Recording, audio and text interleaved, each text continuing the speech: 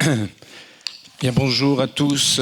Merci pour cette invitation et puis sur ce colloque très prometteur et très stimulant. Ma présentation sera quand même assez, je dirais, stratégique, au sens qu'on pourrait dire que faire. Mais évidemment, pour savoir que faire, effectivement, il faut qu'on puisse comprendre un peu ce qui se passe. Donc je pourrais en dire quelques éléments. Moi, je suis enseignant dans le supérieur. J'ai beaucoup travaillé, par rapport à la question de la dame, j'ai beaucoup travaillé aussi sur les systèmes éducatifs quand j'étais prof en Suisse pour transformer l'éducation au numérique dès la maternelle même, je peux vous le dire. Et donc on peut aussi faire quelque chose à ce niveau-là, mais je vais m'éviter d'en parler aujourd'hui. Donc je parle de système d'IA génératif, et donc évidemment quand j'emploierai IA, il faudra entendre ça, alors qu'en réalité vous verrez qu'il y a bien d'autres IA, d'une part, et ma formation effectivement était plus liée à d'autres IA, symboliques notamment, et le fait qu'il s'agit ici de reprendre la main pédagogique. Donc on est vraiment sur des questions pédagogiques, et c'est de ce point de vue que vous pourrez aussi certainement questionner les propositions que je fais. La référence à mon dernier livre est seulement en arrière-plan, je vous rassure. Alors voilà un peu l'état des lieux, si vous voulez, que je fais. Un peu schématique, un peu pour dramatiser les choses. Vous remarquerez que c'est une image qu'on aurait pu faire dans les années 90. Je ne prends d'image IA, déjà. Donc voilà, un principe. Désintoxiquons-nous des images IA. On aura déjà fait un saut très intéressant dans cette imagerie qui est un peu, je ne sais pas comment la qualifier, mais c'est à la fois entre Superman et puis les témoins de Jéhovah, vous voyez, quelque chose comme ça. Donc c'est un peu écœurant, je dois le dire, assez écœurant. Donc je tag systématiquement tous les gens qui publient des images IA, je les démolis et ça me vaut des retours de bâton un peu sévères. Donc voilà, on se retrouve à faire de l'artisanat qui est moche, oui d'accord, mais en même temps je fais confiance à l'intelligence du spectateur, du lecteur, pour essayer de reconstituer les concepts qu'il y a derrière. Alors voilà l'état des lieux que je fais actuellement.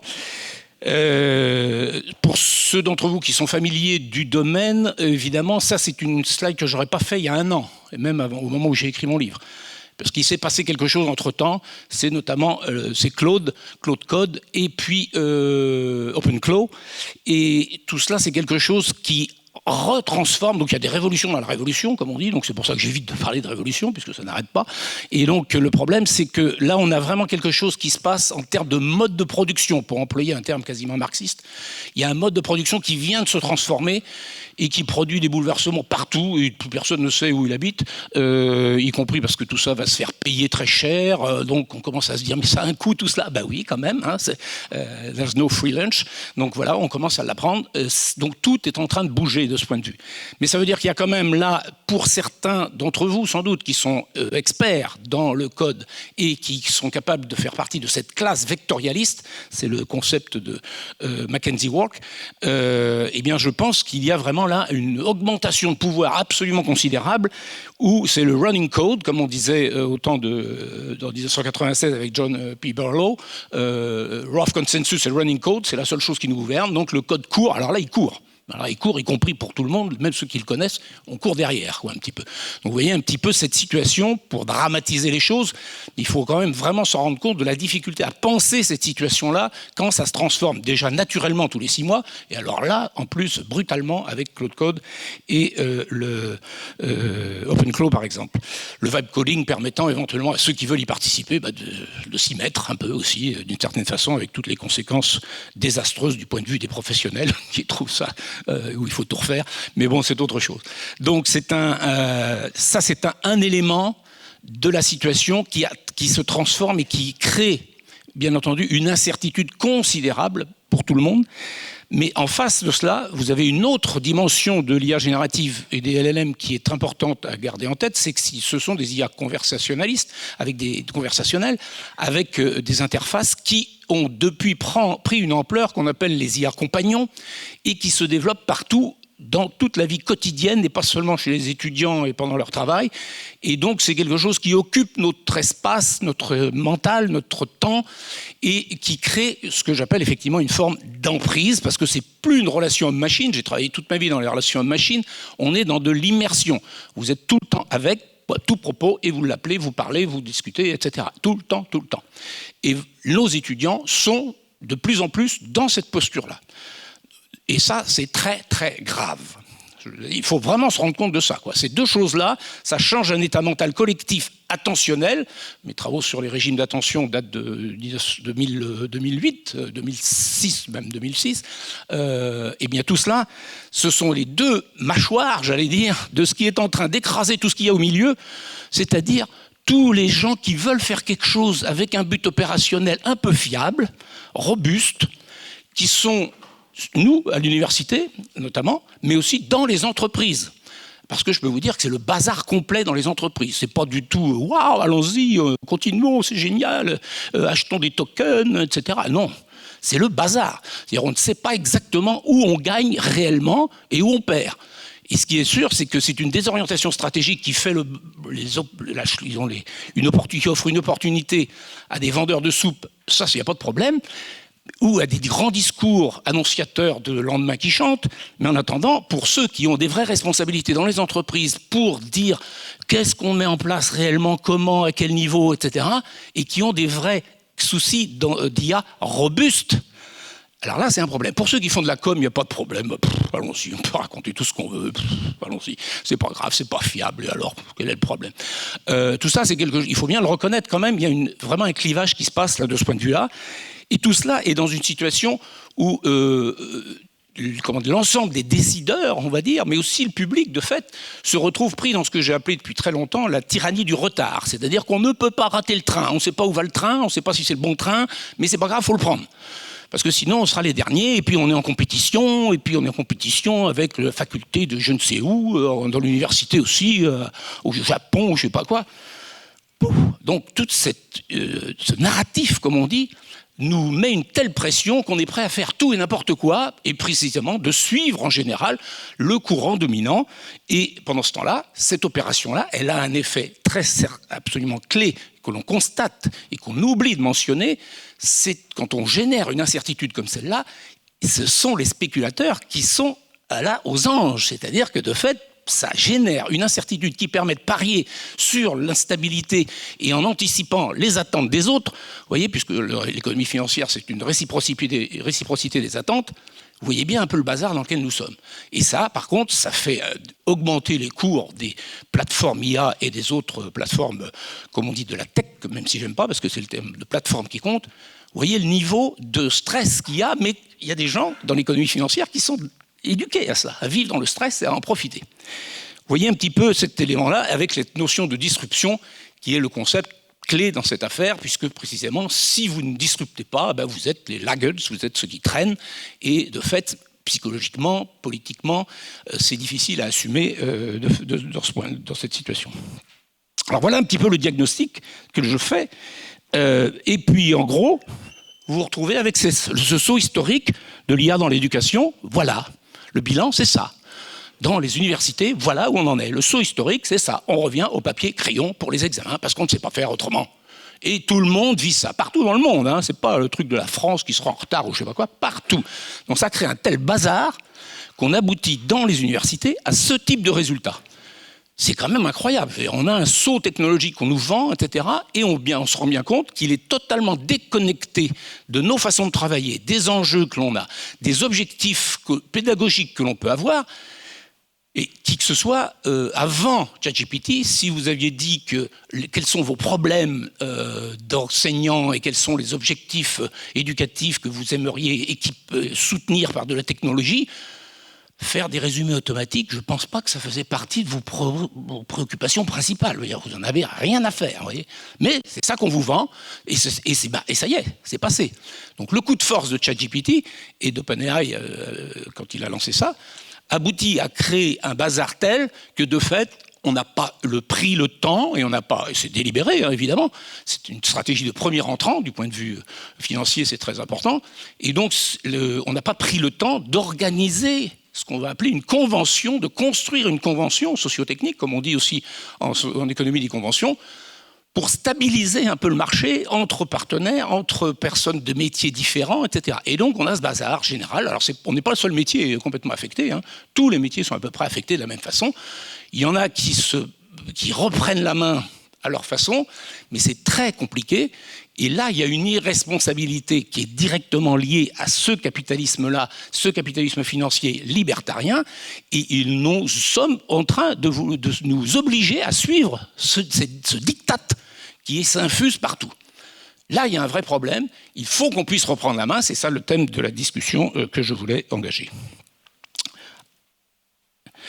Alors, vous voyez que ce saut historique, finalement, il aboutit à ce qu'on nous dit toujours qu'il va falloir gagner du temps, parce que c'est ça l'intérêt. Hein. L'IA générative, c'est que vous allez gagner du temps. Oui, pour faire quoi? Plus de la même chose. Bah oui, mais c'était justement emmerdant, j'ai pas envie d'en faire plus, etc. Ou le problème, c'est que le temps qu'on va passer à apprendre cela, il va falloir en même temps apprendre, et alors c'est là où justement la question de l'esprit critique mérite d'être examinée, parce qu'on vous dit qu'il va falloir non seulement apprendre à prompter, ce qui ne sert à peu près à rien, hein, maintenant il faut bien me le reconnaître, parce que 6 mois après c'est invalide, et de toute façon il y a plein de trucs et ficelles, et puis voilà, on se débrouille, quoi. Mais ça, c'est surtout perdre son temps à apprendre, parce qu'on va apprendre en même temps qu'on apprend à se méfier du dispositif avec lequel on apprend. Et le truc, il y a quelque chose qui colle pas, quoi, quand même. On apprend, nos étudiants, alors les gens parlent, mais c'est comme la calculette. Non, vous n'appreniez pas la calculette et à vous méfier de votre calculette. Il y a un petit peu, c'est quand même... On dit, oui, mais ça suppose effectivement qu'il faut apprendre à compter. C'était souhaitable, effectivement. Mais le problème, c'est que vous ne vous méfiez pas de votre calculette. Vous voyez là où on en est. Et donc, il faut être critique, mais au sens de faire sans croire que, etc., et revenir... Alors, les enseignants essayent des ruses pédagogiques pour essayer de s'en sortir, mais on est dans une forme de double contrainte qui aboutit à une paralysie et à une forme de, comment dire, de sidération devant. Mais qu'est-ce que je vais faire avec ça? Alors, c'est de l'excitation, puis après, ça tombe dans la sidération, voire dans la déprime. Et du coup, on se méfie aussi des élèves. Ce qui est quand même un problème, quoi. Dire, quel type de relation pédagogique on crée? Ok, normalement, on est quand même enseignant, pas complètement naïf. On sait bien que, bon, y a les gens qui lisent le journal pendant ce temps-là, qui font autre chose, qui sont tout ce qu'ils veulent, sur leur réseau et tout. Bon, ok. Mais et à ce point-là, on est vraiment dans une logique, précisément, de défiance. Et on ne peut pas vivre dans une société fondée sur la défiance. Or, c'est ce qu'installe l'IA actuellement. Méfiez-vous de tout. Des deepfakes, de ceux qui les proposent, des firmes qui vous les vendent. C'est en réalité pour leurs besoins de conquête de marchés et de stratégies géopolitiques éventuellement, mais aussi très concrètement, au quotidien, vos amis, quand ils vous envoient un message sur WhatsApp, peut-être bien qu'il a été produit par IA, et puis vous vous rendez compte, d'ailleurs, il dit oui, j'ai vu ça dans une conversation un arrêt d'autobus il y a quelques jours, des jeunes qui disent bah, « j'ai bien vu que c'était de l'IA parce qu'il n'y avait pas de faute ». Donc voilà, il n'écrit jamais comme ça. Donc dans un dialogue WhatsApp, vous voyez. Donc qu'est-ce que ça fait, quoi, tout ça? C'est vraiment un climat absolument malsain qu'on n'a pas voulu. Qui a voulu ça? Personne n'a voulu ça. Ça a été complètement poussé délibérément. C'est un coup de force techno-capitaliste, effectivement, et qui, en réalité, nous met dans un stress considérable. En même temps, il faut qu'on admette cette pénétration en profondeur de l'IA de type compagnon pour les étudiants, et ces effets d'emprise, il faut qu'on... Ben oui, c'est là. Donc voilà, on ne peut pas faire comme si ça n'existait pas. Et on a quand même l'objectif, maintenant c'est assez reconnu, de dire qu'il faut peut-être quand même qu'on garde l'idée de l'apprentissage comme effort, ou comme quête, ou comme méthode, parce que peut-être que sinon on aura une chance de dégénérer assez vite. Bon, l'avis du général est quand même de plus en plus diffusé. Alors comment on peut s'en sortir dans cette affaire? Alors Bruce Schneier emploie une expression où il dit si on pense résoudre un problème par une technologie, ça veut dire qu'on ne connaît rien en techno et qu'on ne connaît pas non plus son problème. Parce qu'en réalité, aucun problème ne se résout par une techno. Il ne se résout pas peut-être sans techno, mais il ne se résout pas par la techno. Ça veut dire que c'est un ensemble de solutions à condition de bien caractériser son problème. Et c'est ça ce sur quoi je voudrais attirer l'attention. C'est comme on n'a pas caractérisé le problème pédagogique qu'on peut avoir, la nature des enjeux des enseignements qu'on peut avoir et de notre responsabilité, eh bien on se retrouve effectivement à essayer de faire quelque chose. Donc il faut apprendre l'IA. Mais l'IA pourquoi? Et quelle IA en plus? Et qu'est-ce qu'on va en faire? Et comment, jusqu'où? Etc. Donc on a là vraiment une incertitude considérable qui disqualifie, si vous voulez, les questions de pédagogie. J'aimerais bien boire un petit peu parce que j'ai la gorge qui... Excusez-moi. Donc, comme on dit dans les manifestations, technologie partout, pédagogie nulle part. Bon, alors vous me direz, si, vous êtes tous certainement des pédagogues. Oui, le problème c'est ça, c'est quand même qu'on ne peut pas s'en débarrasser. On a des ambitions, on a des soucis de ce type-là, mais on n'est pas aidé pour ça. Parce que de toute façon, les firmes, de ce point de vue-là, ne vendent rien du tout dans ce domaine. Ce n'était pas le cas, si vous voulez, avec les autres innovations pédagogiques. J'ai toutes faites et j'ai développé plein de trucs à chaque fois, que ce soit pour les MOOC ou bien les LMS, même dans les années, la fin des années 90. Il y avait derrière... Merci, pardon. Merci, c'est gentil.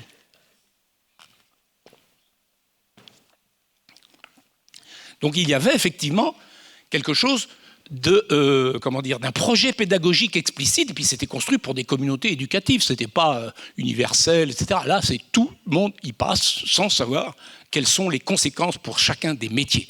Et donc là, c'est très grave de ce point de vue. Alors je vais vous donner un exemple de ce que c'est que mettre le principe pédagogique devant la technologie. Je prends un projet que nous a mené avec Bruno Latour sur ce qui s'appelait Forecast, la formation par la cartographie des controverses à l'analyse des sciences et des techniques. Bon.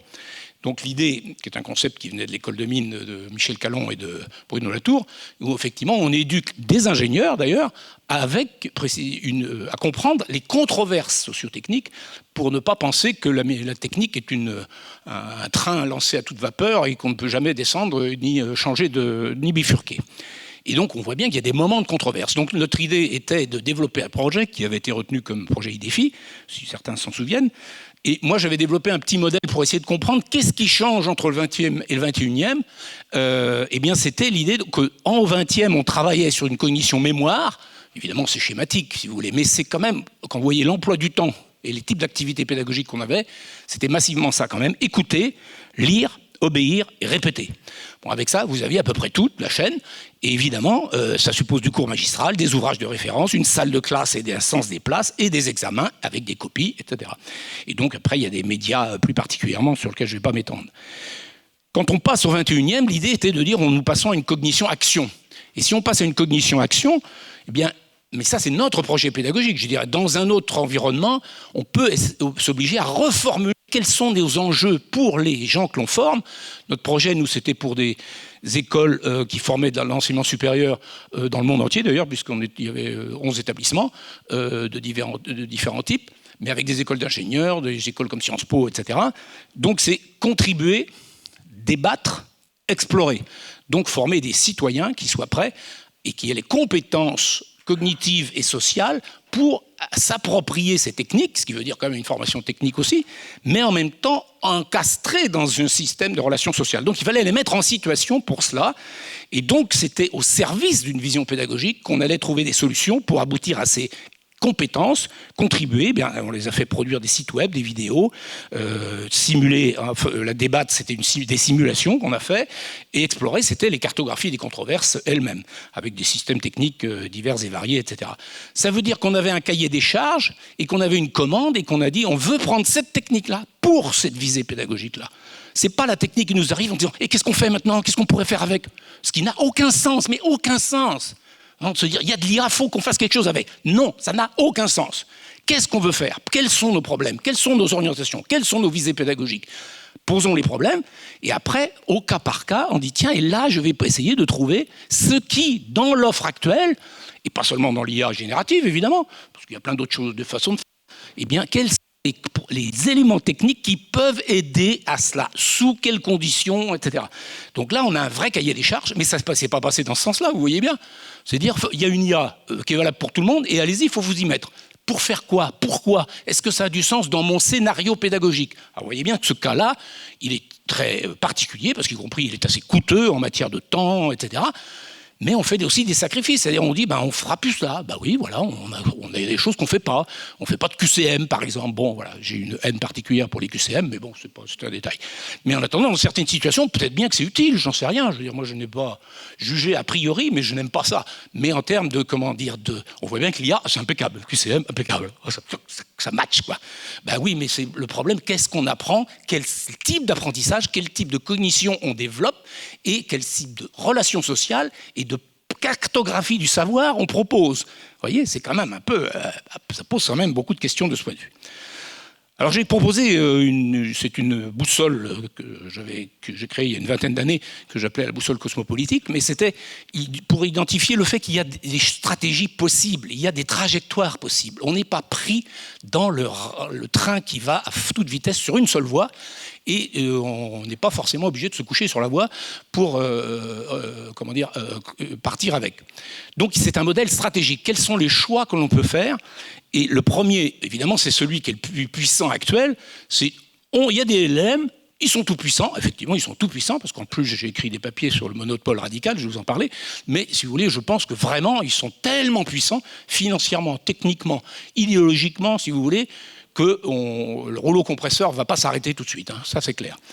Mais derrière, et donc ça constitue ce que Illich appelait un monopole radical, comme il l'avait dit, pour la voiture, pour l'automobile, qui avait occupé le monopole radical de la mobilité, alors que d'un point de vue du rendement purement, quand on fait un calcul généralisé, et pas seulement en évacuant les externalités et le travail nécessaire, eh bien la bicyclette est largement plus performante, vous voyez. Bon, c'était le couple bicyclette-train, évidemment, qui fonctionnait pour les longues distances, mais c'est quand même comme ça.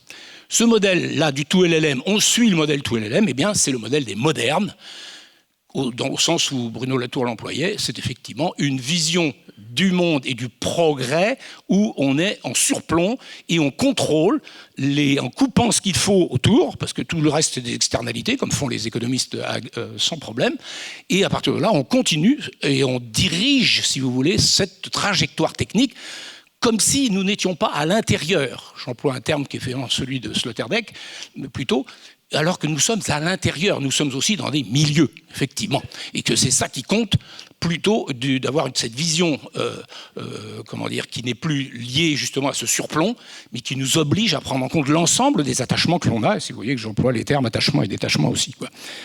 Alors, de quoi s'est fait cette vision des modernes? En 2 mots, parce que je ne vais pas être très long là-dessus, il y a les autres solutions qu'il faut développer.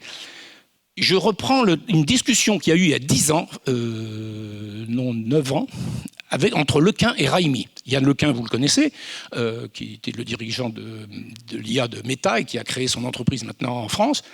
Et Raimi était un des chercheurs aussi prédominants dans le domaine du machine learning, comme on disait à l'époque. C'est-à-dire que maintenant, on ne parle même plus de ça. Enfin bon, c'est quand même de l'apprentissage machine. Et c'est de l'IA qui commençait à qui était déjà à cette époque-là connexionniste, qui est donc la base même technologiquement des LLM que l'on connaît. Et lui, il disait « As machine learning become alchemy ». Alors c'était effectivement l'insulte suprême, donc Lequin avait réagi et surréagi là-dessus en disant « il ne faut pas exagérer quand même, etc. On sait ce qu'on fait ». Ben, le problème, c'est que justement, c'est pas sûr qu'on sache ce qu'on fait, y compris ceux qui le développent. Hein. Donc le risque que j'avais identifié à l'époque, je l'avais nommé effectivement en disant que c'est un risque de désencastrement. Et j'emploie le terme qui vient de Polanyi dans son livre majeur « La grande transformation », qui montrait comment l'économie s'est désencastrée. Les économistes, et l'économie comme discipline, s'est arrangée pour se désencastrer du social, comprenant le droit, la culture, tout ce que vous voulez. Et à partir de ce moment-là, on peut faire des petits modèles qui tournent, impeccable. On va virer tout le social, et puis à ce moment-là, l'économie tourne sur elle-même, et ça devient une discipline qui est supposée, en plus, guider le monde, et on voit la situation dans laquelle nous sommes depuis. Et donc, Polanyi le montrait bien, et là, de mon point de vue, on est actuellement dans un moment de désencastrement, que j'avais identifié il y a déjà une dizaine d'années, mais alors là, il s'est accéléré de façon incroyable. C'est-à-dire, l'IA générative, c'est totalement détaché de toute préoccupation sociale, politique, environnementale, évidemment, etc. Et surtout, elle s'est détachée des organisations et des interprétations sociales en se prétendant comme un monde autoréféré sur lui-même, puisque le principe même des LLM, c'est justement de couper toutes les relations avec une sémantique qui serait un process, une compétence de signification qui suppose donc une certaine relation au monde, hein. Une relation complexe et avec des capacités corticales assez développées, mais il n'empêche que c'est quelque chose qui était indispensable jusqu'ici pour construire les savoirs communs. On s'en débarrasse et on tourne sur soi-même avec de la vectorisation de tout élément. Elle devient autoréférentielle et non interprétable. De fait, le problème, c'est qu'elles sont de plus en plus opaques et de plus en plus, avec les IA génératives, elles sont aussi, on évite de pondérer et d'expliciter les pondérations, pas seulement les pondérations, mais les températures, comme on dit, c'est-à-dire le degré d'incertitude, si vous voulez, ou le degré de probabilité, c'est pas le bon terme, mais qui vous permet effectivement de savoir, quand vous avez des résultats, que, il y a, disons, 70% de validation ou d'estimation de la validité de l'énoncé qui est proposé. Zéro, personne ne vous le dit. Ils pourraient le faire, mais ils ne le font pas. Et donc, elles sont en plus pervasives, incontrôlables, etc. Et donc, la question est vraiment posée de savoir si on n'est pas en train de produire des alchimistes qui deviennent totalement, c'est les seuls capables de touiller et de trouver la pierre philosophale dans un environnement totalement opaque pour tous les autres. Et là, c'est très très vite fait. Moi, je vois ça régulièrement où les gens vous disent non, mais de toute façon, regardez pas, vous occupez pas, ça tourne et puis c'est bon. Et c'est pas le problème. On n'a pas besoin de savoir ce qui s'y passe. Écoutez, je suis désolé, mais quand on fait de la science, l'objectif, c'est quand même de désopacifier tout, c'est-à-dire d'expliciter tout. On est très sourcilleux là-dessus. Sinon, c'est plus de la science. Bon, voilà. Et je pense que c'est ce qui se passe. De ce point de vue, c'est clair. Alors moi, j'ai publié un papier justement dans Medium aussi, d'ailleurs, il y a 3 mois, sur le monopole radical d'une technologie opaque, non fiable et irresponsable, qui effectivement est assez long, qui explique pourquoi je pense tout cela, et en vous montrant juste quelques éléments techniques peut-être, mais que certains d'entre vous, ici dans l'école d'ingénieurs, vous connaissez ça par cœur, mais c'est effectivement cette opacité, elle est incontournable pour une raison simple, c'est-à-dire qu'on travaille sur du langage, du matériel langagier. J'aime pas parler des modèles, des grands modèles de langage, parce qu'il n'y a rien à voir avec le langage, en tant que processus de signification, compétence de signification. C'est plutôt à la rigueur avec des langues, des grands modèles de langue, puisque c'est statistiquement, on ramasse tout le monde, mais évidemment, c'est certaines langues qui sont représentées beaucoup plus que d'autres, donc ça fait des biais absolument incroyables. Et ce matériel langagier-là, il est découpé, il est tokenisé. Et tokenisé, ça n'a rien à voir avec une sémantique, ni avec des principes de segmentation qu'on pouvait travailler même quand on faisait de l'IA. Et moi, j'ai travaillé en NLP, en Natural Language Processing, où on avait quand même un souci de trouver des lemmes. Ce n'est pas des racines, mais disons, pour faire simple, c'est les équivalents de racines. Donc, ça veut dire qu'on rentre dans des équivalents, si vous voulez, de hiérarchie sémantique, de ontologie, vous voyez. Et donc, on commence à rentrer là-dedans. Ça, c'était toute l'IA symbolique auparavant. Mais là, tout ça est balayé, tout est équivalent, y compris les tokens, ça peut être un préfixe, voire une parenthèse, etc. Donc, ce sont des éléments caractère langagier, mais en réalité, c'est du langagier écrit déjà, etc. Bon. Donc, vous voyez un petit peu ce qu'on en fait là. Là, ça reste complètement opaque, et surtout, alors je vais voir si ça marche là, ça serait miraculeux pour vous donner, et je montre ça à mes étudiants, pour leur faire comprendre comment ils peuvent se représenter l'espace cognitif, ce qu'on appelle un espace latent, désormais, donc qui est vectorisé, mais vous connaissez ça certainement. Et donc, comment est-ce qu'on peut effectivement, de fait, le trouver là alors là, il se trouve que, attention, on fait du word2vec, ça veut dire que c'est l'ancêtre, disons, des LLM, et puis en plus, c'est quelque chose qui est l'embedding, c'est-à-dire le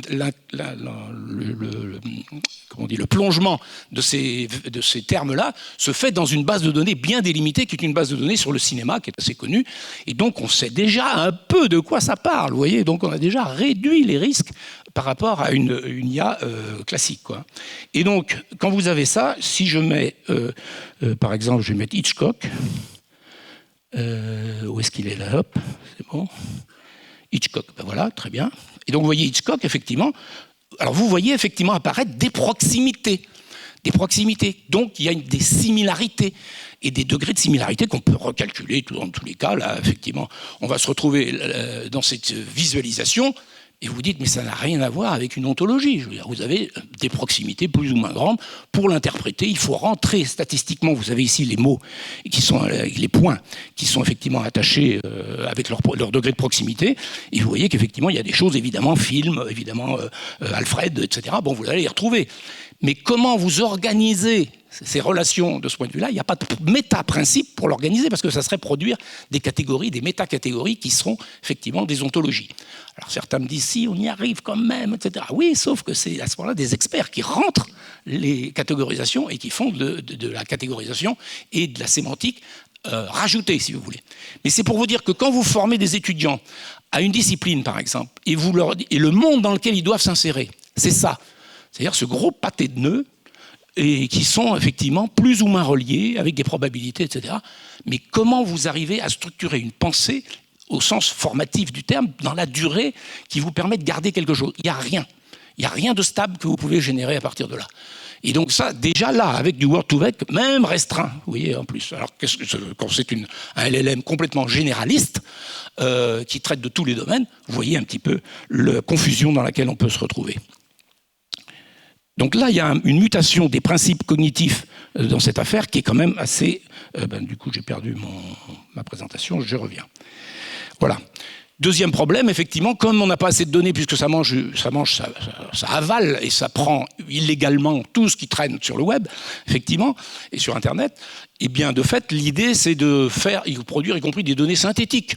Et donc de générer des données encore plus, puisque ça ne fonctionne que si statistiquement ça tient la route, s'il y a suffisamment d'éléments pour éliminer un certain nombre de variations non pertinentes. Et donc les données synthétiques sont désormais intégrées à l'ensemble de données que l'on traite, et on appelle ça le modèle collapse, c'est-à-dire qu'au bout d'un moment, vous voyez, première itération, diversité relative, mais enfin quand même, et puis là, vous voyez la deuxième, c'est la troisième, celle-là, le troisième tour, et puis le quatrième, et voilà, c'est ce qu'on appelle le slop généralisé, ou l'enshittification, pour employer le terme de Cory Doctorow, c'est-à-dire que précisément, les données elles-mêmes et les stocks de données sur lesquels on apprend sont en train de devenir une soupe généralisée qui n'a plus aucune pertinence ni aucune hiérarchisation. Et donc, à partir de là, tous les autres systèmes vont continuer à apprendre là-dessus, quelque chose qui va être moyennisé, effectivement, mais moyennisé, ça ne veut rien dire. Je veux dire, d'abord, ça écrase les diversités culturelles, mais en plus, ce n'est pas du tout ce qui est le meilleur. On pouvait critiquer le moteur de recherche de Google, il fonctionnait à la réputation, donc effectivement, le ranking était très discutable, mais en même temps, il y avait quand même un critère qui était le fait que vous validiez. Là, ce n'est même pas le cas, c'est juste son apparition dans l'ensemble du corpus. Or, vous savez très bien que maintenant, les IA génèrent elles-mêmes ce contenu, et il y en a qui le font délibérément pour générer des revenus. Et puis derrière, ça produit cette visibilité, ce qui fait que ceux qui travaillaient à faire du placement de marque, etc., ont des gros problèmes, parce que maintenant, on ne fait plus du SEO, Search Engine Optimizing, on fait du JEO. Donc comment on fait du Generative Engine Optimizing? Donc il faut arriver à apparaître par on ne sait quelle sorcellerie, parce que de fait, on ne connaît pas les règles, pour arriver fréquemment à être visible dans IA Overview, par exemple, de Google. Donc vous voyez le désordre dans lequel on est de ce point de vue, et ça c'est quelque chose qui en réalité ne fonctionnerait pas du tout si c'était laissé comme ça en général. Il se trouve que pour que ça marche quand même, parce que ça marche quand même, c'est ça qui est phénoménal, c'est que ça marche quand même. On dit comment ils font? En réalité, il y a deux aspects au moins qui sont oubliés, c'est qu'on réintroduit la sémantique en douce. Parce que sinon, ça ne marcherait pas du tout. Vous voyez, dans certaines industries, ça serait disqualifiant, mais même dans d'autres, ça ne voudrait plus rien dire. Alors, on a des annotateurs, on oublie de vous le dire. C'est-à-dire qu'effectivement, on dit non, mais les modèles sont auto-apprenants, ils font de l'auto-renforcement, blablabla, etc. Oui, à un moment, ils ont été annotés. Et à certains moments, même, ils sont révisés. Et tout ça, ça suppose du travail, qui est effectivement du travail masqué, qu'on voit dans plusieurs pays dans le monde, où les gens sont payés à la micro-tâche. À l'origine, c'était Amazon Mechanical Turk, et puis après, il y en a partout, il y en a plein. Moi, je suis allé à Madagascar au mois de novembre de l'année dernière pour voir ces gens-là aussi. C'est un bazar et une précarité invraisemblable, et tout cela est fait pour justement relativiser les marges d'erreur qui sont inévitables dans ces systèmes-là. Donc, mais on ne vous le dit pas parce que ça, évidemment, c'est un peu honteux. Donc, on ne sait pas où est-ce qu'ils ont été entraînés. Donc, je dis à tous les enseignants qui vont utiliser de l'IA, quelle qu'elle soit, et à quelle échelle que ce soit, vous êtes conscients que vous êtes en train de mobiliser du travail quasiment à la mode esclavagiste de l'époque, de notre époque, pour alimenter tout cela. Vous êtes conscient de cela. Donc, il faut que vous le sachiez. Ok, vous assumez, d'accord, dites-le, faites-le. Et vous voyez, le problème, tout de suite, change un petit peu. Les annotateurs réinjectent de la sémantique, même quand ils cliquent seulement pour dire ceci est un feu, comme vous faites, y compris quand vous faites du CAPTCHA, c'est un feu rouge ou pas. Bon, vous voyez, tout ça, ça fait partie de ces éléments-là. Et le deuxième élément, c'est ce qu'on appelle les RAG. Alors les RAG, c'est Retrieve Augmented Generation, ça veut dire effectivement le fait que vous introduisez vous-même des documents qui sont pertinents par rapport à votre domaine. Ce qui, évidemment, va réduire les hallucinations du système, parce que, de fait, vous allez lui dire, c'est là-dessus qu'il faut réfléchir. Bon, évidemment, c'est vous qui les avez sélectionnés, vous les avez même peut-être bien annotés, etc. Donc, tout ça fait que vous avez un système beaucoup plus robuste. Et de fait, aucun système dans les entreprises ne fonctionne s'il n'y a pas ce travail-là. à un moment ou à un autre.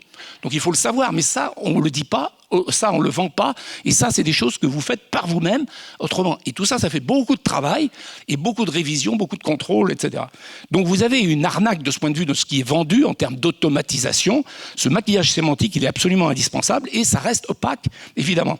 Et quand vous êtes en train de former des étudiants, il faut être capable de les former justement à ce travail collectif, régulé, explicite, parce que c'est de fait les conditions d'une vie collective dans n'importe quelle organisation. Et si on vous dit non, il ne se passe rien, regardez pas ce qu'il y a derrière, etc.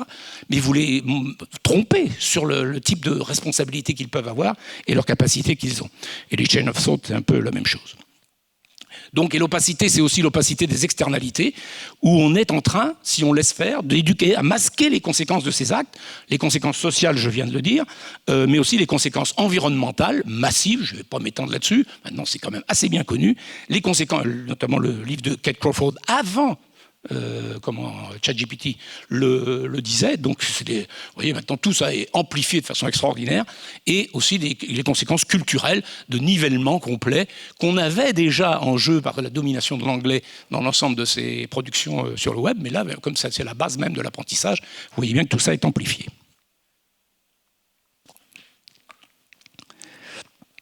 Donc, de fait, on se retrouve avec ce principe de la productivité partout, où il faut accélérer, il faut être plus productif, etc. On se dit, mais en éducation, ça veut dire quoi la productivité? Qu'est-ce que ça a comme sens, quoi? Et là, on retrouve ce que vous connaissez sans doute, la loi de Goodhart, c'est-à-dire le moment où la mesure devient l'objectif. Donc à ce moment-là, c'est la perversion totale, c'est-à-dire que vous atteignez des scores à un examen par tous les moyens. Ben oui, et c'est ce qu'ils font les étudiants. Hein. Donc, et de fait, la mesure qui est, vous passez un examen pour mesurer les compétences, tout ce que vous avez appris, donc c'est, disons, un moyen de... Alors après, on peut discuter de la compétition, tout ça, et de la validité des scores, mais ça reste, en attendant, le moyen de certifier que vous avez bien fait le travail. Là, ça ne certifie plus rien du tout, y compris ça certifie le fait que vous êtes très bon, très malin pour trouver les systèmes, pour obtenir le meilleur score, quelle que soit la méthode par laquelle vous l'obtenez. C'est pour ça que les QCM, effectivement, allons-y, parce que ça, c'est très facile à calculer et à optimiser. La conformité moyenne, c'est l'objectif qu'on peut avoir. On peut obtenir un diplôme par tous les moyens, maintenant, il n'y a pas de problème, on peut se débrouiller, il faut optimiser ça, il faut former nos étudiants à ça. Ça, c'est de la productivité dans l'éducation. Les choix de cursus, on le fait déjà un peu par optimisation algorithmique, et on peut accumuler des certificats de compétences, et puis voilà, et puis vous avez des CV. Oh, comment il a fait tout ça, lui? Oui, évidemment, il a plusieurs agents qui travaillent en même temps pour obtenir des certificats un peu partout. Waouh, bravo. Et puis effectivement, en plus, il va falloir s'adapter en permanence aux dernières versions des IA, parce que ça change tout le temps. C'est ça le problème en éducation quand même. Hein. Si vous êtes obligé de vous dire je monte un scénario pédagogique avec tel type d'IA et je fais tel type d'exercice, etc., vous espérez quand même que ça a une durée de vie, non seulement pour la formation en général, mais aussi pour votre propre travail un peu durable. Ben non. Là, c'est terminé. Un an après, on dit, non, terminé, il y a quelque chose qui le fait automatiquement ou qui le fait autrement, et que c'est terminé, on ne procède plus comme ça. Donc, effectivement, l'idée de battre ses condisciples à tout prix, ça fait partie même du dispositif une fois qu'il est implémenté dans l'enseignement. Vous me direz, oui, mais c'est pas ça qu'ils voulaient dans les IA, dans les développeurs d'IA, dans les vendeurs d'IA. Ben oui, mais il fallait qu'ils s'en occupent. Il n'y a aucun secteur industriel où vous ne vous occupez pas des responsabilités du produit que vous mettez sur le marché.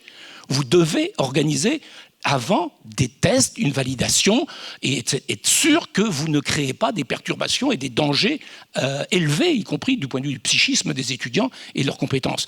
Il n'y a aucun marché qui existe comme ça. Je prends l'exemple du saucisson souvent, d'une part. Vous ne voyez pas ça, ce genre de choses. Vous vous dites, j'ai mélangé des trucs un peu, puis ça a une allure de saucisson. C'est la simulation de saucisson, et puis c'est bon, allons-y, on va voir. Et puis, qu'il y a des malades, ok, on va rectifier un petit peu. Et puis voilà. Ça ne marche jamais dans l'alimentation, dans le médicament, dans l'aéronautique, dans tout ça. Évidemment, ça ne marche pas comme ça, quoi. Donc, cette rupture avec l'esprit industriel, et aussi critique puissions-nous être vis-à-vis de l'industrie, il n'empêche qu'on a appris petit à petit à organiser un certain nombre de régulations. Là, ce n'est pas le cas. Tout est bon. C'est le principe même des libertariens. Zéro régulation, zéro contrôle, zéro test. Et de fait, battez-vous, chacun étudiant, pour obtenir le meilleur résultat, quelles que soient les conséquences et quel que soit le prix à payer. Coopérer, ça n'existe pas. C'est dans un autre monde. Sauf que quand on travaille, vous le savez bien, on ne passe de temps à coopérer. Et les gens disent même, c'est même ça qui est le plus compliqué. Ben oui, est-ce que l'IA vous aide à faire ça? Zéro, rien du tout, aucune initiative dans ce sens-là. Vous voyez un peu le problème. Alors on va optimiser son stock de tokens, il y a eu une folie à un moment comme ça, et puis on voyait bien qu'après, ça ne voulait plus rien dire. C'est-à-dire les gens montraient qu'ils avaient utilisé beaucoup de tokens, puis on dit, oui, mais qu'est-ce qu'ils ont fait en réalité? Rien du tout, sauf que c'était la preuve qu'ils étaient très actifs. Et puis comme ça commençait à coûter cher, on a dit non, on arrête ça, on arrête. Bon, vous voyez, tout ça repose que sur du sable, si vous voulez. Et on va produire plus d'enshittification, je l'ai déjà dit, et du coup on va apprendre plus vite pour oublier plus vite. Alors j'aime bien l'exemple du GPS, parce qu'effectivement c'est quand même le cas qu'on trouve, c'est-à-dire comment, à force d'utiliser le GPS, on ne sait même plus s'orienter avec un petit peu de bon sens quelquefois, ou un sens de l'orientation minimale. Et ça, c'est quand même un peu un problème. Bon, ça, c'est des images à Denver, où les gens se retrouvent par Waze dans la campagne, et tout d'un coup, ils sont 200 voitures bloquées parce qu'ils sont dans la boue, etc. Bon, c'est amusant, c'est pas très grave, etc. Mais il y a plein de systèmes où on est comme ça, c'est-à-dire on désapprend. On désapprend. Et cette vigilance-là, c'est quand même quelque chose, c'est une conséquence très grave de ce type de système-là, parce que les firmes IA, elles apprennent. Hein. Pendant ce temps-là, elles apprennent. Parce que de toutes vos erreurs, de tout cela, tout ce que vous faites, elles apprennent de tout cela. C'est ce que Shoshana Zuboff appelle la division of learning. C'est-à-dire les firmes apprennent, et je dis ça aux villes avec lesquelles je travaille, si vous donnez les clés de l'analyse de vos données à une firme, évidemment états-unienne, à ce moment-là, vous vous retrouvez à être sûr que vos propres compétences, vous allez les perdre, et qu'eux vont les apprendre. Et donc, à bout d'un moment, ils vont vous dire, écoutez, virez tout le monde, là, nous, on va vous proposer un service automatisé qui sera le leur. Donc, c'est cette logique de désapprentissage, elle a des conséquences très larges. Autrement, comment ça fonctionne? Ça fonctionne par habitude. On finit par faire confiance au système d'IA générative. Et dès qu'on utilise IA Overview sur Google, qui dit c'est pareil, c'est comme le moteur de recherche, non, pas du tout. À bout d'un moment, vous n'allez plus chercher. D'habitude, vous n'explorez plus les liens, évidemment, vous ne contrôlez plus les sources, et on ne reformule pas sa question, qui est le minimum qu'on peut demander, de dire. Et c'est ça l'éducation, comme la recherche d'ailleurs, c'est en fait de travailler sans arrêt à reformuler sa question d'une autre façon. Et on accepte les approximations. Ce qui est une nécessité, de toute façon, dans l'informatique. Donc, il faut effectivement accepter ça. Mais le problème, c'est de savoir ce qu'on accepte, jusqu'à quel seuil, etc. Et on est capable de le vérifier, de le contrôler et de faire varier la tolérance qu'on peut avoir. Alors ça, voilà le tout LLM. Je vous ai montré ce que ça pouvait donner. Et vous vous doutez bien que ce n'est pas ce que je préconise. C'est-à-dire, on suit ce qui existe, et puis on prend des morceaux comme ça, et puis on dit, mais c'est pas grand-chose, je fais juste un truc pour permettre de faire des QCM ou de faire des... et chaque enseignant est obligé de se débrouiller par lui-même. Alors là, c'est la catastrophe, de ce point de vue-là. Et ça fait effectivement, c'est pour ça d'ailleurs que le Conseil supérieur de l'enseignement supérieur, le Conseil national de l'enseignement supérieur a produit un guide qui est pas si mal que ça, d'ailleurs, je trouve. C'est pas si fréquent, donc je me permets de le dire, où effectivement, il dit, ouh là là, attention, ne partez pas dans tous les sens, soyez bien conscients des risques de tout cela et de la responsabilité que vous avez du point de vue des apprentissages, et donc ne choisissez pas tout et n'importe quoi et de faire des expériences comme ça dans votre coin. Alors justement, il y a une alternative à cela, c'est de dire zéro LLM. C'est-à-dire, on fait, et j'ai écrit un papier là-dessus il y a déjà presque un an maintenant, sur la sécession sémantique. C'est-à-dire de dire, c'est terminé, on veut de la sémantique, on veut garder le sens, le contrôle sur le sens et la signification de l'ensemble des énoncés qu'on propose, et pour ça, on se sépare de tout l'univers des LLM. Alors attention, je ne dis pas du calcul, je ne dis pas de l'IA, je dis bien des LLM, parce que là, il y a des choses où on ne peut plus contrôler les choses. C'est ça la différence. Alors, je l'appelle bio, vous allez comprendre, c'est juste une forme qu'on m'a reprochée d'ailleurs, mais une forme un petit peu imagée pour se dire, voilà, c'est comme si on était contre les organismes numériquement modifiés. Et les organismes numériquement modifiés, c'est pas, par exemple, l'amélioration des espèces, ou comme on le faisait avec les semenciers, etc., pendant des années. Les OGM, c'est autre chose. On bascule dans un autre monde. Et je vous signale qu'on vient en plus au Parlement européen de voter une loi où c'est les nouveaux OGM. Alors là, c'est terminé, il n'y aura plus de traçabilité possible quasiment et vous devrez accepter tout. Parce que c'est juste des mutations élémentaires qui ne vont pas contribuer à passer dans la catégorie d'OGM. Vous voyez. Et donc le problème, c'est que si vous faites ce choix-là, ça veut dire que vous dites qu'il va falloir des experts et de la sémantique partout, vous allez contrôler la qualité des énoncés et leurs références de façon systématique, on va contrôler et expliciter à toutes les étapes, et je le dis qu'il faut préserver ceux qui veulent faire ça. Il faut organiser, et pas seulement au niveau national, mais au niveau de chaque école, il faut organiser des espaces où ce soit préservé. Et ça se passe de plus en plus, d'ailleurs aux États-Unis aussi, d'ailleurs, où il y a des moments d'enseignement, des types d'enseignement, où on dit là, zéro IA générative. Attention, ça ne veut pas dire qu'on ne fait pas de calcul, évidemment, ou on ne fait pas d'IA de différents types, mais pas de celle-là. Et donc, on peut faire d'autres choses, mais à condition de dire, là, on accepte de se couper, de se faire sécession, parce que précisément, les savoirs humains, on a besoin de les préserver, et les savoirs d'une part, mais aussi les compétences qui vont avec. On a besoin de préserver leur diversité, leur résilience. On est dans un environnement climatique, géopolitique, qui fait que du jour au lendemain, on peut être obligé de retomber sur des choses qui ne seront pas électriques, qui ne seront même électriques. Donc à partir de ce moment, comment on fait? Eh bien, tous ces savoirs-là, il faut qu'on puisse les avoir gardés, comme si on était dans des zones, si vous voulez, ce qu'on préserve les semences rares qu'on met sous la banquise, là, etc. Il faut qu'on garde tout cela. Alors là, c'est compliqué, évidemment, quoi. Mais ça veut dire qu'il y a une robustesse et on fait des formations de ce type-là. Et il faut qu'il y ait certains enseignants qui soient prêts à assumer ça et que collectivement, on dise oui, il faut qu'ils aient leur place. Il faut qu'ils aient leur place. Comme les OGM, comme les bio, les agriculteurs bio, ils doivent avoir leur place, si vous voulez. Sinon, effectivement, là, on a un risque pour l'ensemble de l'écosystème des savoirs et des compétences. Donc, le passage en bio dans l'agriculture, c'est pas si facile que ça. Et puis, vous avez un problème de perméabilité et de contamination. C'est-à-dire, de fait, vous dites, oui, mais l'IA, elle est partout, quoi. Ben oui, voilà le problème. C'est que cette IA-là, actuellement, telle qu'elle est vendue, y compris, elle se glisse partout. Donc, il va falloir établir un certain nombre de règles dans ce domaine. Il va falloir produire un label, des labels, à faire reconnaître comme tels, sans IAG. Alors, il y a les scientifiques en rébellion, par exemple, qui est un collectif qui essaye de travailler là-dessus, avec des conventions précises pour le contrôler. Et donc, les enjeux techniques de détection de l'IA sont très très importants, ça continue, ça se développe évidemment, parce qu'on a des vrais problèmes, notamment pour les deepfakes, mais pas que pour ça.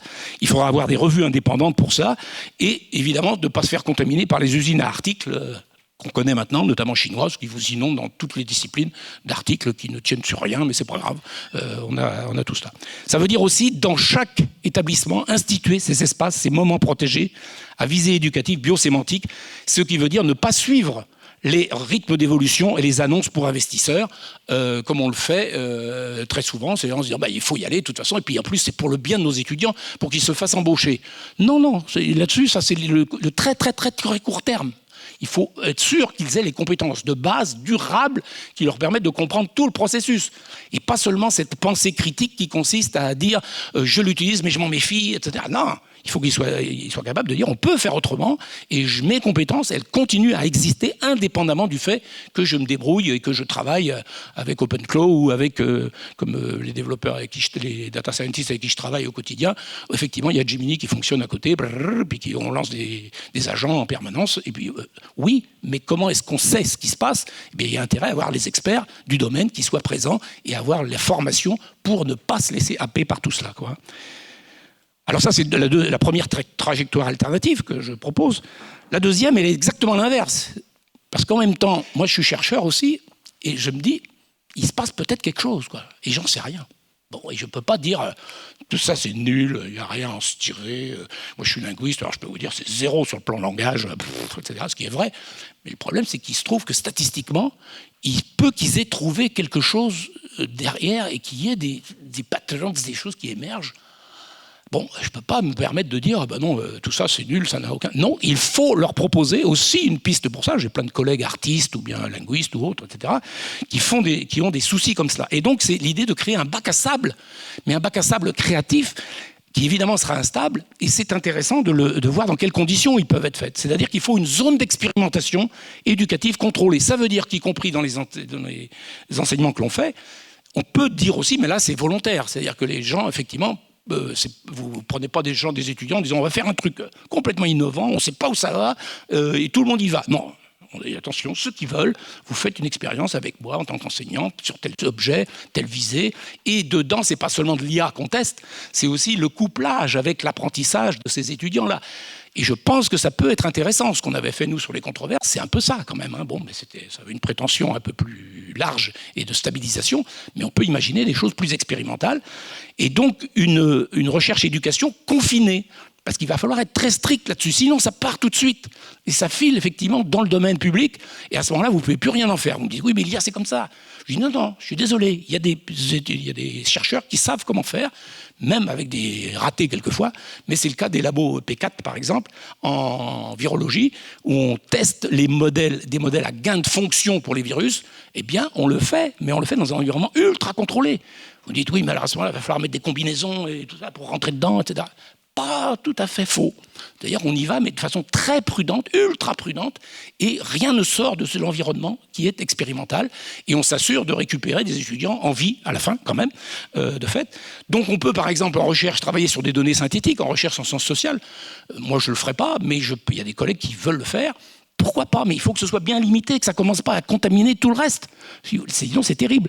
On va, par exemple, faire des recherches sur les processus émergents dans les IA génératives et leurs effets éducatifs. Qu'est-ce qui se passe quand on a affaire à cet ensemble d'espaces latents là? Qu'est-ce qui se passe dedans? On sait, il y a des trucs qui émergent quand même, il y a des choses surprenantes. Et donc, on peut le tester pour voir qu'est-ce qui se passe exactement. Et pourquoi pas, s'il y a des étudiants qu'on peut embarquer dans un processus éducatif nouveau. Et des tests avec les étudiants, OK, et une génération d'idées non conformes et d'évaluations atypiques, OK. Parce que là, on peut tester des évaluations atypiques. Mais si vous voulez, il faut que ce soit bien délimité et qu'on ait un bilan très clair de tout cela. Et à ce moment-là, on va avoir effectivement des formations expérimentales avec un retour d'expérience. Et cette expérimentation en milieu confiné, elle doit éviter à tout prix les contagions. Donc, il va falloir un label, une déclaration des risques, etc. Non, arrêtez, c'est trop compliqué. Les enseignants, ils font ce qu'ils veulent, ils essayent. Surtout pas. Il va falloir arrêter ce truc-là. Les enseignants font comme n'importe quoi, comme les étudiants. Et résultat, les conséquences vont être terribles. C'est-à-dire qu'on ne sait pas ce qui s'est propagé, on ne sait pas les effets de tout cela. On doit être ultra prudent avec ça. Ça ne veut pas dire qu'on ne peut pas rien faire, mais il faut avoir des conditions de contrôle de toutes ces expériences-là. Et là, ça veut dire, ça va être beaucoup plus long et compliqué. Eh bien oui. Et du coup, on n'apparaîtra pas tout de suite en disant, nous avons fait quelque chose en IA générative pour l'éducation. Eh bien non, ça va prendre du temps. Et c'est pas grave, parce que ce sera fiable, ce sera robuste, et ce sera quelque chose qui ne contaminera pas tout le reste. Moi, j'avais fait ça en recherche, parce que dans mes domaines de recherche, qui sont les propagations, là, notamment, moi, je me disais, on va pouvoir tester la drosophile. C'était pas le lézard, c'est effectivement la drosophile, parce que de fait, Twitter, c'est pour moi l'équivalent de la drosophile. C'était l'équivalent de la drosophile, avant que Elon Musk foute tout par terre. Bon. Mais donc, c'était l'idée, on a un laboratoire à ciel ouvert sur lequel on peut tester les propagations à travers les mèmes, à travers les tweets, etc. Et en éducation, il y avait même un collègue québécois, Pierre Lévy, qui faisait des cours avec des tweets. Et donc, les étudiants travaillaient là-dessus. Moi, ça me paraissait pas très intéressant, mais c'est pourquoi pas. Voilà, on est dans des domaines expérimentaux, mais c'est bien délimité. On ne dit pas que ça doit être généralisé. On teste ça, on voit ce que ça vaut et on apprend à partir de là. Donc moi, mon idée, c'était de détecter des patterns de propagation. On le faisait à partir d'exemples de corpus qu'on extrayait de Twitter, mais on ne disait pas que c'était la société ou qu'on avait un avis sur toute la société. Non, c'est bien quelque chose de bien différent et Twitter n'est pas la société, quoique quelquefois on se demande. Mais bon. Alors ça, c'est les troisièmes trajectoires. Et puis la dernière, c'est celle que j'appellerais l'intelligence collective augmentée. Parce qu'effectivement, il y a l'intelligence artificielle et naturelle. Peut-être, même si naturelle, je ne sais pas trop ce que ça veut dire. Mais bon, mais il y a au moins l'intelligence collective. S'il y a une chose dont je suis sûr, c'est que l'intelligence, elle est collective. De toute façon. Et ça, elle est distribuée d'une façon ou d'une autre. Alors donc, il faut rendre compte du milieu, justement, et notamment du milieu humain aussi, de la façon dont elle est effectivement partagée ou pas, et elle est toujours un peu partagée, d'une façon ou d'une autre, quoi. Y compris dans l'éducation de base élémentaire du petit d'homme, si on veut, d'humain. Donc l'idée, c'est justement de développer ce qui va favoriser ce genre de choses, où on va hybrider des méthodes et des contenus éducatifs en prenant des choses des IA, mais pas n'importe lesquelles, et en les insérant dans des cursus d'une certaine façon qu'on peut combiner sans trop de risques. Et pour ça, il y a des conditions techniques à réunir. Et donc, il faut faire des choix. Il ne faut pas dire, tiens, il y a quelque chose sur l'étagère, je le prends, et puis c'est bon. Non, il faut pouvoir sélectionner et juger et évaluer tout cela. Donc, on va prendre plutôt des systèmes petits, des systèmes open source, qui vont être contrôlables, qui vont être hors ligne, qui vont être portables, c'est-à-dire qu'on pourra partir et aller les porter sur d'autres plateformes. Des systèmes qui vont être explicables, auditables, avec on mesure les pondérations, on contrôle les pondérations et les températures. Donc pas d'automatisation standard qu'on vous importe une fois que vous agrégez le modèle. On va injecter du RAG, effectivement, on va injecter des contenus propres, mais contrôlés par les experts, par les pédagogues.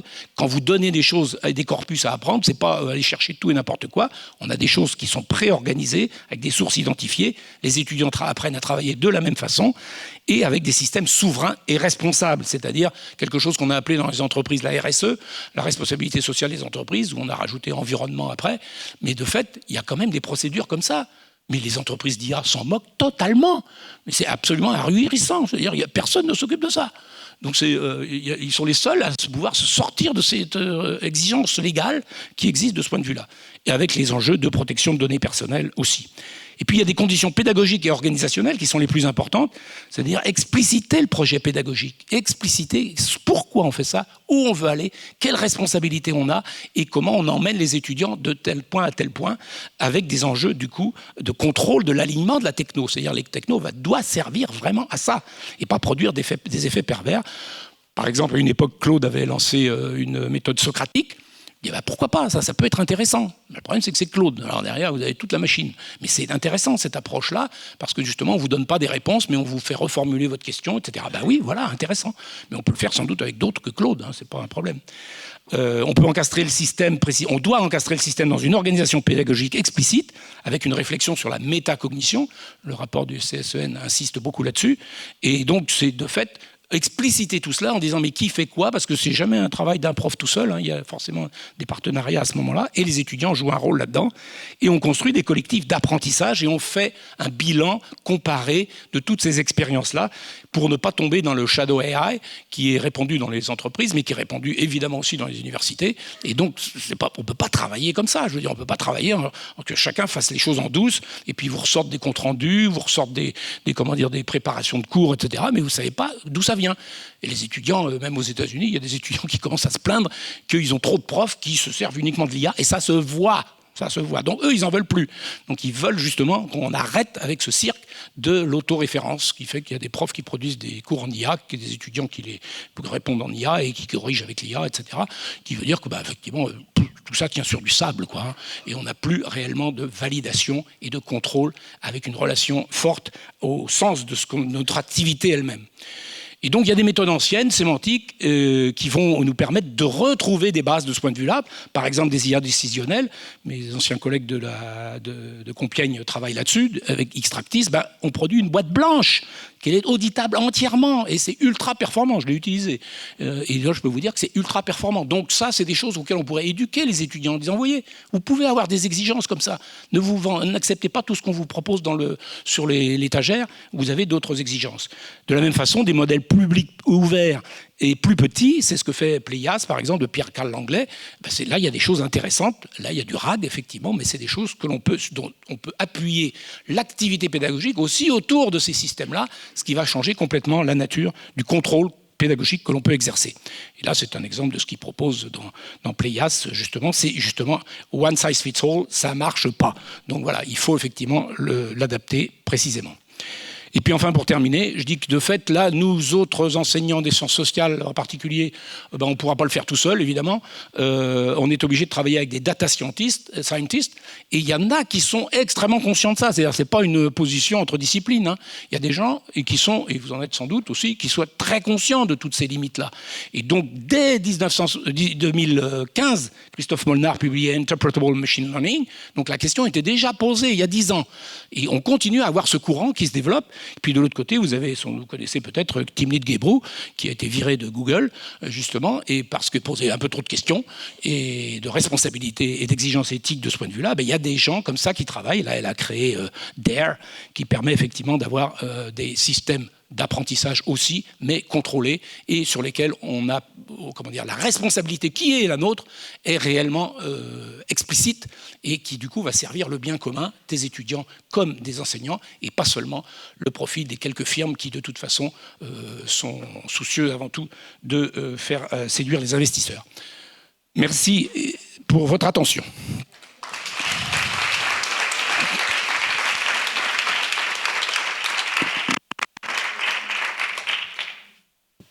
Merci beaucoup.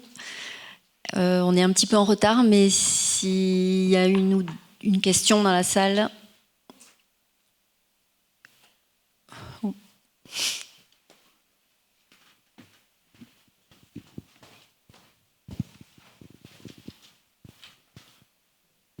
Je vous promets, ça sera court. Merci déjà pour cette présentation que j'ai trouvée très inspirante.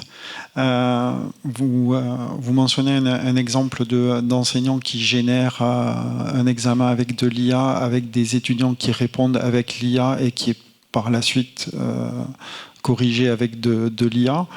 Je me dis, là, on est dans le cas où l'action, poser l'examen, répondre à l'examen, corriger l'examen, on est dans le cas où on a des acteurs qui sont plus préoccupés par réussir plutôt que comprendre.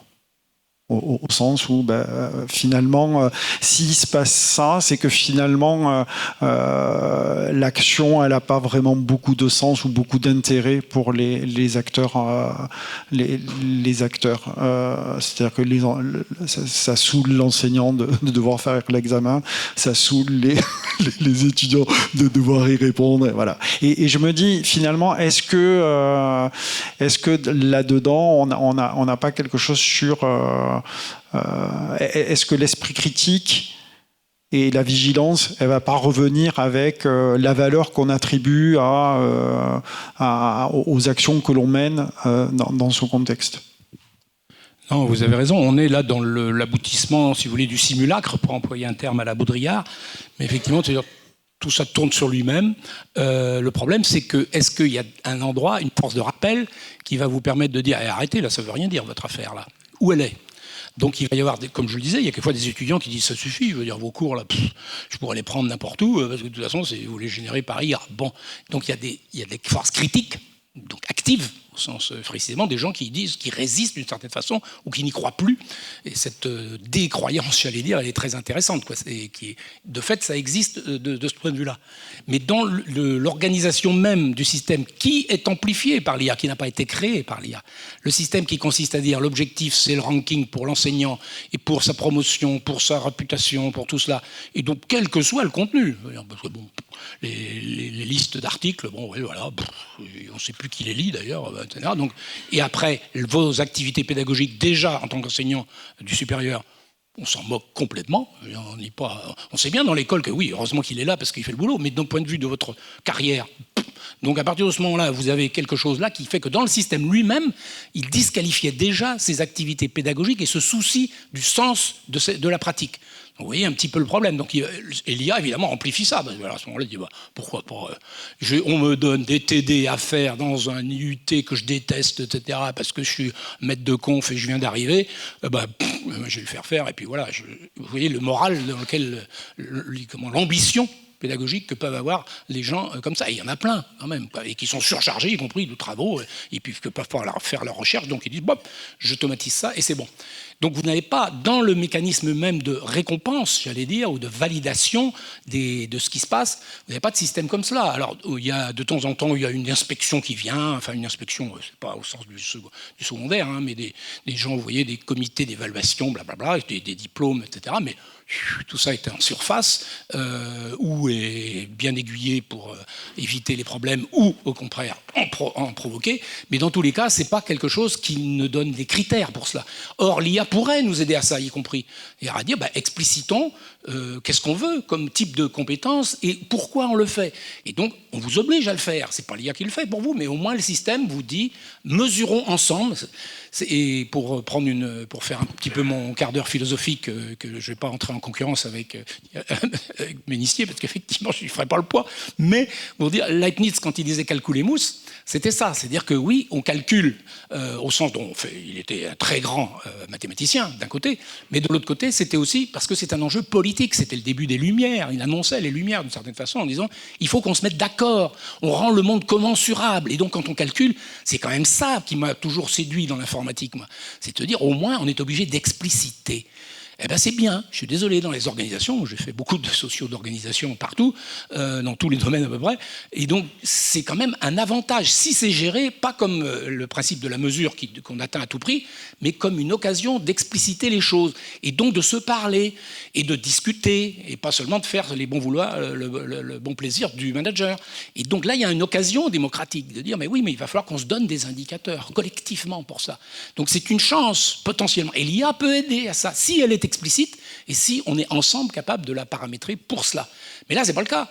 De fait, à ce moment-là, vous avez tout intérêt à continuer à faire vivre le système qui va faire que vous aurez des compétences, un diplôme, mais évidemment, il va y avoir un effet pervers, c'est-à-dire que les entreprises vont savoir que, ah oui, d'accord, tu as fait ton diplôme comme ça en 6 mois, alors que normalement, ça prend 2 ans, déjà un peu louche, mais bon, c'est pas grave. Et puis tout ça, on va essayer de se rattraper à des indices pour dire, est-ce que réellement, il y a une substance derrière, quoi? Est-ce que ça a du sens?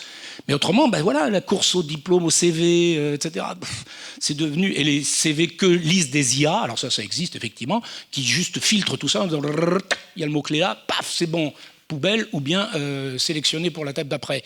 Donc tous ces principes-là font qu'on a une gestion des compétences et de l'explicitation de ce qui constitue un savoir et une compétence qui est en dessous de tout, quoi, qui était déjà en dessous de tout avant. Hein. Donc, alors l'IA générative augmente ça, mais de façon démesurée, quoi. Donc là, effectivement, je suis assez pessimiste si on n'a pas des moments de sécession, quasiment, ou de sécession radicale, comme je l'ai dit pour certains, ou en disant non, mais c'est terminé, on ne joue plus le jeu, on ne joue plus le jeu. Donc ça veut dire, on reprend la main et on ne s'inquiète pas du fait que oui, ça va ralentir le truc, et oui, ça va faire baisser notre score. Et parce que tout ça, derrière, il y a des injonctions qui vont revenir. En disant, ouais, mais vous vous rendez pas compte, etc., par rapport à l'école machin, etc. Et alors, on va affirmer des principes et on va l'afficher. Et là, vous allez voir, la réputation, elle va jouer. Parce que toute cette économie est une économie de réputation financière, hein, puisque c'est ça le jeu derrière. Donc, toute la visibilité qu'on peut obtenir, c'est grâce à ces principes en disant, nous avons des valeurs, nous savons ce que nous faisons, nous. Sous-entendu, les autres ne savent pas et ils vous arnaquent. C'est un peu ça le discours compétitif, j'allais dire, s'il en faut un. Et c'est cela qui est important. Et il faut prendre le risque de ça. Sinon, effectivement, on suit le train et on sera comme les autres, certes, mais c'est comme les autres, justement. C'est-à-dire, effectivement, en ayant perdu tout le sens de nos activités. Bon, merci.